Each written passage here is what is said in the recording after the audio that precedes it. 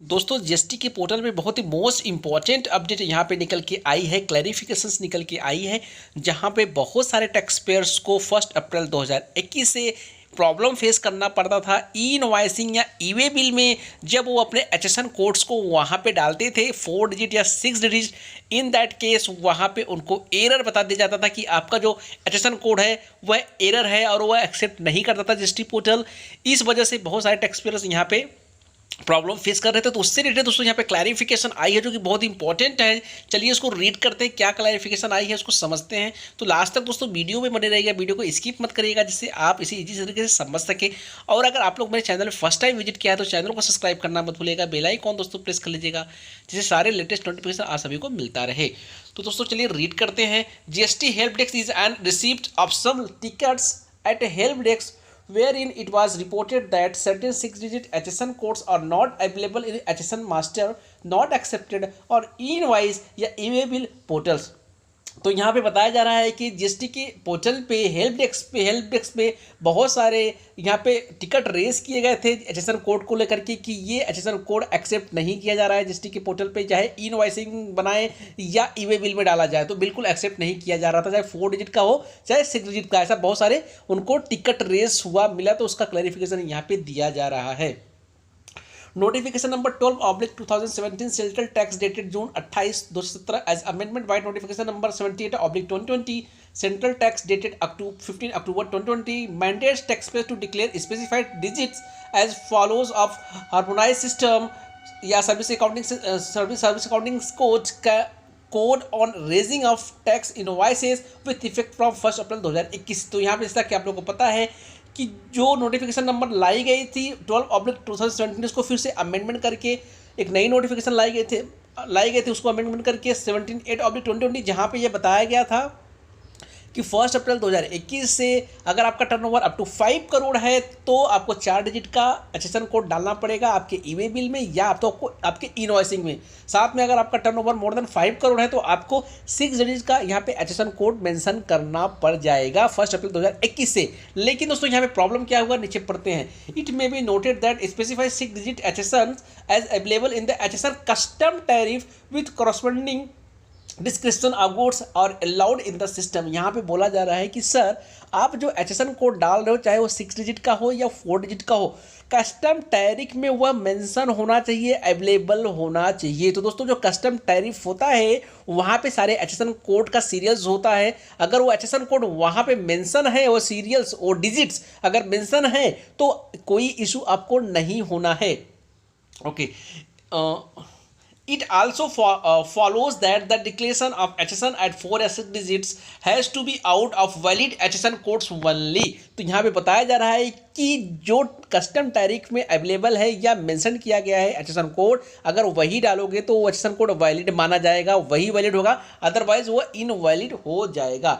However, there are instances that some taxpayers are trying to report truncated first 6 digit out of an otherwise valid 8 digit HSN which are actually not available in tariff at 6 digit label and with no corresponding description of goods। यहाँ पे बोला गया बहुत सारे tax payers ने क्या किया कि 8 डिजिट का कोई एचएसएन कोड है, उसमें से 6 डिजिट का एचएसएन कोड तो उन्होंने डाला, लेकिन वह क्या हुआ, इनवैलिड कर दिया गया क्योंकि वो टैरिफ में वो मेंशन नहीं था। जो कस्टम टैरिफ में मेंशन होना चाहिए, एचएसएन कोड जो मेंशन होना चाहिए वो वहाँ पे मेंशन बिल्कुल नहीं था, इसकी वजह से वो इनवैलिड हो गया।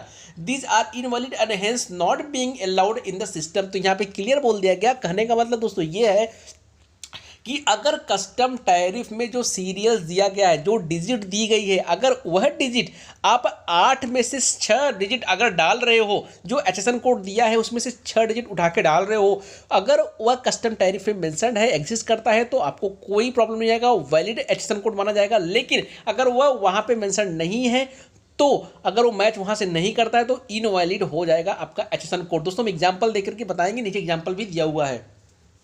Whether HSN 6 digits are specified to be reported in invoice, valid HSN codes as available in tariff। यहाँ पे बोला गया है कि 6 डिजिट का अगर आप इस इनवॉइस में डाल रहे हो अपना 6 डिजिट का ई-वे बिल में या इनवॉइसिंग में जो कि अवेलेबल है टैरिफ में, तो कोई दिक्कत नहीं है।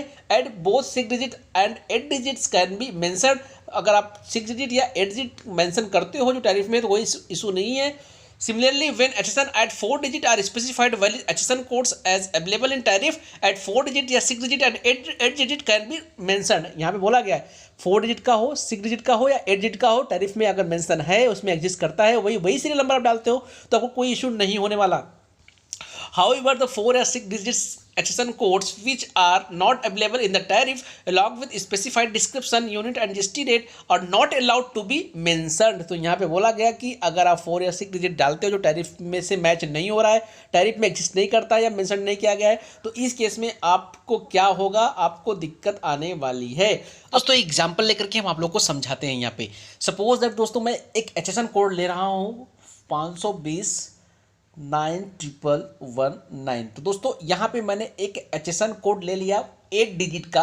अब सपोज आपको ये अपने ईवे बिल्स या इनवॉइसिंग में डालना है, तो आप शुरू के हो सकता है आप 4 डिजिट या 6 डिजिट डालोगे। तो शुरू के अगर आप 6 डिजिट डालते हो 520911, तो दोस्तों अब आपको ये देखना है 520911 आप डाल रहे हो, अगर वहां पे एरर आ गया, इसका मतलब यह जो सीरीज है 520911 ये आपके टैरिफ में मेंशन नहीं है, तो इसके वजह से आपका इनवैलिड ईवे बिल या इनवॉइसिंग हो जाएगा। अब आप बोलोगे सर हमें कैसे पता चलेगा कि टैरिफ में वहाँ पे क्या मेंशन है? ये एक बहुत बड़ा प्रॉब्लम है दोस्तों। अगर आप सोचोगे चलो हम शुरू के 2 डिजिट छोड़ देते हैं यहाँ पे और 091119 ये 6 डिजिट हम ले लेते हैं, तो हो सकता है ये टैरिफ में मेंशन हो। तो दोस्तों ये सीरीज अगर हो सकता है कि टैरिफ में मेंशन हो तो ये आपका वैलिड हो जाएगा, लेकिन जरूरी नहीं है। आप अगर चाहे शुरू के 6 डिजिट लो, लास्ट के 6 डिजिट लो, कुछ लोग ऐसा ही करते हैं, शुरू के 6 डिजिट ले लेंगे या शुरू के 4 डिजिट ले लेंगे, लास्ट के 4 डिजिट ले लेंगे या 6 डिजिट ले लेंगे, बीच में से कोई चीज़ आप उठा लेते हो डिजिट, तो ये डिजिट जो आप यहाँ से उठा के डाल रहे हो यह आपके टैरिफ में मेंशन हो जाना चाहिए। मतलब ये जो सीरीज है, जो डिजिट की सीरीज है, अगर टैरिफ में मेंशन नहीं है तो आपको इनवैलिड आ जाएगा। तब कहने का मतलब ये है दोस्तों कि आप लोग को पता है कि मिनिमम 4 और 6 डिजिट आपको डालना है।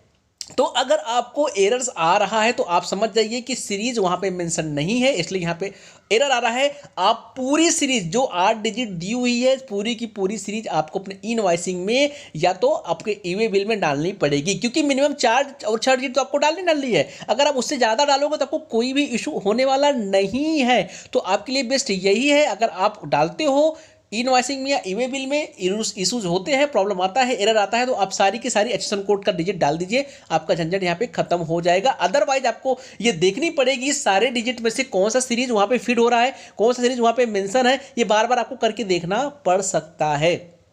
आई होप दोस्तों आपको वीडियो अच्छी लगी होगी। तो चलिए मिलते हैं फिर नए वीडियो के साथ, तब तक के लिए जय हिंद, जय भारत।